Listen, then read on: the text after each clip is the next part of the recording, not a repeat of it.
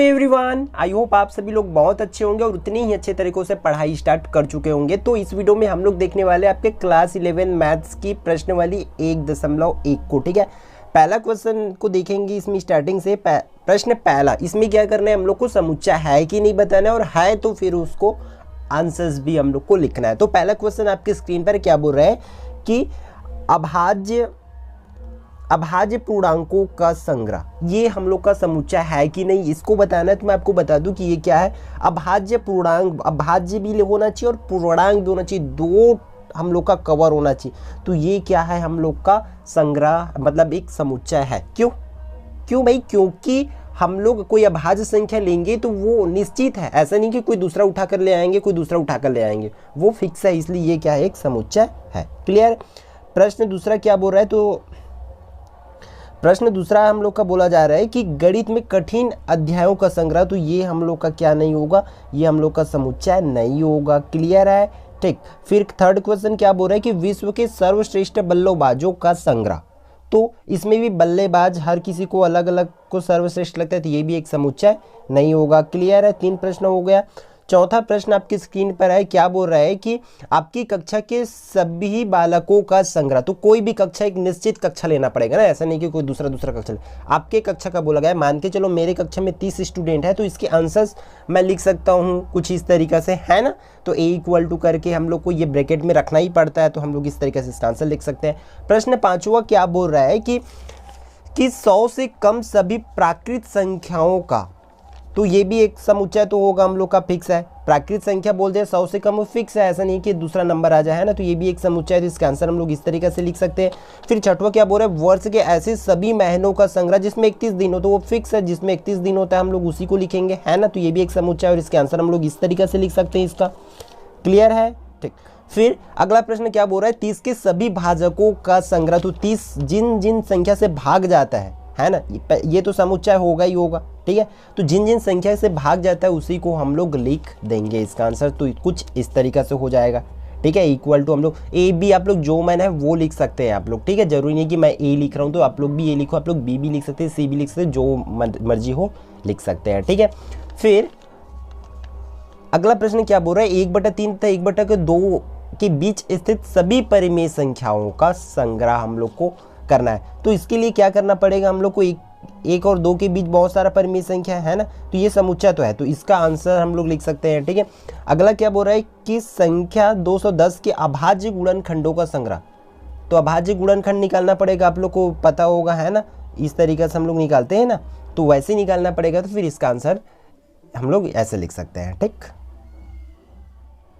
अगला प्रश्न, लास्ट प्रश्न क्या बोल रहा है, समीकरण के मूलों का संग्रह, तो इसको हम लोग को समीकरण, ये तो समुच्चय बनेगा, क्योंकि जो समीकरण हल करेंगे उसका जो मूल है वो फिक्स होगा, ऐसा नहीं है कि अलग अलग आएगा, है ना। तो 2 मूल आएगा इसका, तो उसका मूल का आंसर हम लोग लिख सकते हैं इसमें इस तरीके से कंप्लीट की क्या होगा करके, क्योंकि इसको हल करेंगे तो इसका मूल आ जाएगा, है ना, तो वही इसकी आंसर हो जाएगी, ठीक है। क्या बोल रहा है, निम्नलिखित समुच्चयों को रोस्टर फॉर्म पर लिखना है, रोस्टर रूप में लिखना है, ठीक है। या इसी टाइप का क्वेश्चंस आपको बनने वाला है पूरी तरीके से, इस प्रश्नवाली से जो आएगा वो इसी टाइप से आएगा। पहला क्या बोल रहा है, x एक पूर्णांक है तथा हम लोग को देखो, हम लोग को A= लिखना है, ठीक है। तो उसमें देखो इस कंडीशन को भी फॉलो करना चाहिए, वो हम लोग का मूल आएगा, इस समीकरण को हल करेंगे तो x का कुछ ना कुछ मान आएगा, तो हम लोग इसमें लिख सकते हैं कंप्लीट इस तरीके से A= 1 और -2, ठीक है।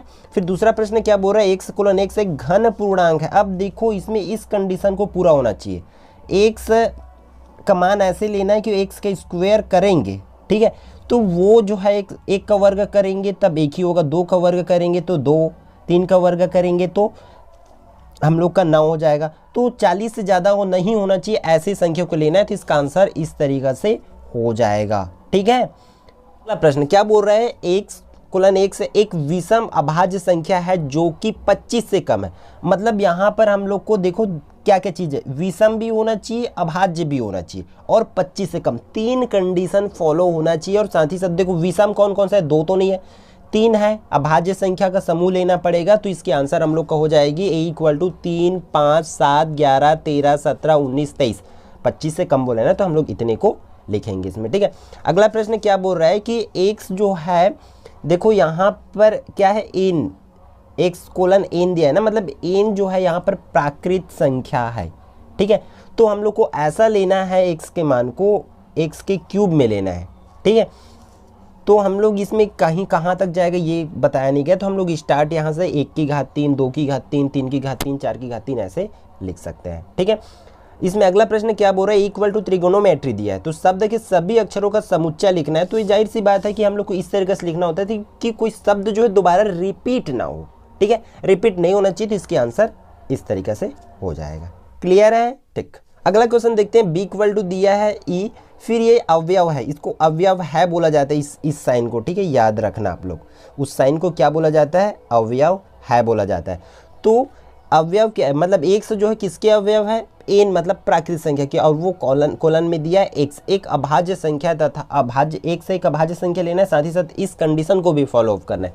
तो हमारा आंसर जो है इसका इस तरीके से हम लोग लिखेंगे, इसमें b बराबर दिया तो हम लोग b इक्वल टू ही लिखेंगे। तो देखो x का मान ऐसे लिखना है, तो अभाज्य संख्या b होनी चाहिए, है ना, तो उसको भी फॉलो अप करना पड़ेगा। तो हम लोग लिख सकते हैं 11, 13, 17 और 19 लिखेंगे इसमें, ठीक है। फिर इसमें देखो अगला प्रश्न क्या दिया, c इक्वल टू दिया, तो c equal to x colon x जो है किसके अवयव है, r का, ठीक है। तो इस तरीके से हम लोग x जो है x से बड़ा नहीं होना चाहिए, तो यहाँ पर हम लोग c इक्वल टू 0 लिख सकते हैं, या कोई ऐसे संख्या लिख सकते हैं जैसे कि थीटा हो सके, फाई हो सके, साई हो सके, इस टाइप से हम लोग इसमें लिखेंगे, ठीक है। इसमें लास्ट जो क्वेश्चन है वो बोल रहा है हम लोग का कि x जो है एक पूर्णांक संख्या तथा हम लोग को इस मॉड वाले को हल करना है ना। तो इसमें हम लोग इस तरीके से लिखेंगे इसका d इक्वल टू, ठीक है, ठीक। प्रश्न तीसरा जो है आपकी स्क्रीन पर है, क्या बोल रहा है कि निम्नलिखित समुच्चयों को निर्माण रूप में लिखना है, ठीक है, निर्माण रूप में, या इसी को सूचीबद्ध भी बोला जाता है, याद रखेंगे आप लोग, ठीक है। अब जैसे कि प्रश्न दूसरा में हम लोग यहाँ पर देखे थे शब्दों में लिए था ना, इसी तरीके से अब इस फॉर्म में हम लोग को लिखना रहेगा इस क्वेश्चन को, ठीक है। तो पहला देखो, पहला में 2 दिया, 4 दिया, 6 दिया, फिर डॉट डॉट डॉट दे दिया, तो इसको हम लोग को शब्द में कैसे लिखेंगे, निर्माण रूप में कैसे लिखेंगे। तो हम लोग a इक्वल टू लिख सकते हैं, ब्रैकेट लिखेंगे x, हम लोग को मान लेते हैं कि ये जितने भी संख्या वो x है, तो x कोलन x, फिर जितने भी दिया है कौन सी संख्या, सम संख्या, तो हम लोग सम प्राकृत संख्या इस तरीके से लिख देंगे पहला का आंसर, ठीक है। दूसरा क्या दिया, देखो 5, 25, समझना पड़ेगा कि यहाँ हो क्या रहा है, तो e equal to x colon x लिखेंगे, फिर वो x क्या है, मतलब यहाँ 5 क्या हो रहा है, 5 की घात 2 करेंगे तो 25 आएगा, 5 की घात 3 करेंगे, तो इसी तरीके से हम लोग का इसके आंसर कुछ इस तरीके से हो जाएगा, ठीक है। और देखो 625 तक जा रहा है, मतलब हम लोग को इस कंडीशन को भी फॉलो करना पड़ेगा कि n का जो मान लेंगे, मतलब 5 की घात करेंगे, 5 की घात 1 से लेकर के 5 की घात 4 तक जाएगा, तो हम लोग इस तरीके से इसको लिखेंगे, ठीक है। तीसरा प्रश्न क्या बोल रहा है कि 5, 10, 15 फिर डॉट डॉट 100 तक गया, तो इसको कैसे लिख सकते हैं, 5, देखो ये 5 एक प्राकृत संख्या है तो वो तो कर सकते हैं, 5 का गुणज लेंगे इसमें, है ना, तो equal to x colon x, फिर 5 का गुणज लिखेंगे, तो 5 का गुणज लेंगे तो 5 में गुणा की कहाँ तक होगा, 5 में पहले 1 के साथ गुणा करेंगे, 5 एकम 5 और लास्ट 100 होना चाहिए, तो 5 बीसम 100 तो 20 तक जाएगा ये, ठीक है। तो इस तरीके से लिखेंगे। चौथा को भी हम लोग इसमें, ठीक है, तो चौथा को इस तरीके से हो जाएगा इसका आंसर। दूसरा में देखो सिर्फ 2 दिया है, तो 2 क्या है, एक अभाज्य सम संख्या है ना, तो x कोलन x अभाज्य संख्या लिख देंगे बस, ठीक है, अभाज्य सम संख्या वो भी, क्योंकि एकलौता सम संख्या है ये, है ना। आगे देखते हैं, इसमें आगे हम लोग का ये 0 वाला दिया है, तो इसको भी हम लोग इस तरीके से लिखेंगे, x colon x equal to 0, जो x है वो खुद ही क्या है, 0 है ना। फिर लास्ट क्वेश्चन इसमें क्या बोल रहा है, शब्द प्रोबेबिलिटी के सभी अक्षरों का समुच्चय, तो ये नॉर्मल से इसमें जो रिपीट नहीं होना चाहिए, ऐसा इन बातों को ध्यान रखना पड़ता है ना। तो हम लोग इसको निर्माण रूप में लिखना है, तो इस तरह से लिखेंगे x कोलन x प्रोबेबिलिटी करके। क्लियर है, ठीक। चौथा प्रश्न, चौथा आपकी स्क्रीन पर है, बोल रहा है कि निम्नलिखित समुच्चयों के सभी अवयवों को सूचीबद्ध, मतलब सूचीबद्ध और निर्माण एक ही होता है ना। तो या तो हम लोग इसको अब इस तरीके से लिखेंगे, कंप्लीट इसमें सूचीबद्ध बोला गया है, ठीक है, ये सूचीबद्ध, इसको एज अ रोस्टर फॉर्म लिखना पड़ेगा, है ना। तो हम लोग इसको a दिया तो a इक्वल टू लिखेंगे। देखो कंडीशन को समझना पड़ेगा इसमें, हर एक कंडीशन को कि बोल क्या आ रहा है, ठीक है। x जो है x का वर्ग है, लेकिन वो 10 से ज़्यादा नहीं होना चाहिए, साथ ही साथ i दिया है, मतलब वो एक पूर्णांक संख्या है ना। तो इस कंडीशन को फॉलो करना पड़ेगा, वर्ग भी करके देखना पड़ेगा। जैसे कि 1 का वर्ग करेंगे तो 1 आएगा, 2 का वर्ग करेंगे तो 4 आएगा, और 3 का वर्ग करेंगे तो 9, लेकिन 4 का वर्ग करेंगे 16, तो वो नहीं आएगा। तो हम लोग इसका स्टार्ट करेंगे a = -3 से लेकर के 3 तक हो जाएगा। क्लियर, ठीक। बी पे देखो इसका क्या बोल रहा है, x कोलन 1 से बराबर, इस कंडीशन को दिया। यहाँ पर हम लोग को n के मान को रखना है, पहले 1 रखना है, फिर लास्ट 5 तक रखते जाना है, तो इसके आंसर इस तरीका से हो जाएगा। ठीक,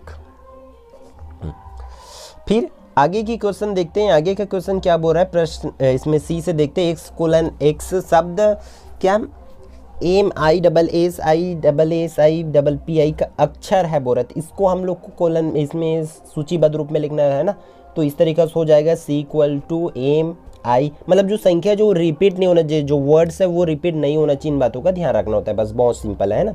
तो इस तरीके से हम लोग इतने को कर लेंगे। ठीक है, इसमें चौथा का आंसर जो है रेडी आपकी स्क्रीन पर है। इसमें समझना इस कंडीशन को है, ठीक है, इस कंडीशन को हम लोग को समझना पड़ेगा कि हो क्या रहा है। वहाँ पर देखो x का जो वैल्यू है वो -3 से लेंगे और 7 से कम तक जाएगा, मतलब 7 से ज़्यादा नहीं होना चाहिए, वहाँ तक लेंगे। ठीक है, फिर पांचवा में देखो x कोलन, फिर इसका देखो ये सिंपल है बहुत, है ना। इस वाले में कि वो ये संख्या जैसे कि वहाँ पर रिपीट नहीं होना चाहिए, ऐसे देखते रहते नहीं इस वाले में, सिमिलरली इसमें भी रिपीट नहीं होना चाहिए, इन बातों को ध्यान में रखना है। तो E = हो जाएगा हम लोग का 1 2 3, क्योंकि इन्हीं शब्दों से ये संख्या जो है बना हुआ है। ठीक है, आई होप पूरी वीडियो आपके लिए यूजफुल होगा, तो अपने दोस्तों के साथ शेयर जरूर करेंगे, ताकि इस चैनल पर जो वीडियोस है वो कंटिन्यूसली लगातार आपके लिए आते रहे, जल्दी से जल्दी आप लोग की जो कोर्स है कंप्लीट कराया जा सके इस चैनल के माध्यम से। तो यदि आप चैनल पर नए होंगे तो चैनल को सब्सक्राइब करेंगे, ठीक है, और ज़्यादा से ज़्यादा शेयर करेंगे, लाइक करेंगे। तो मिलते हैं नेक्स्ट वीडियो पर।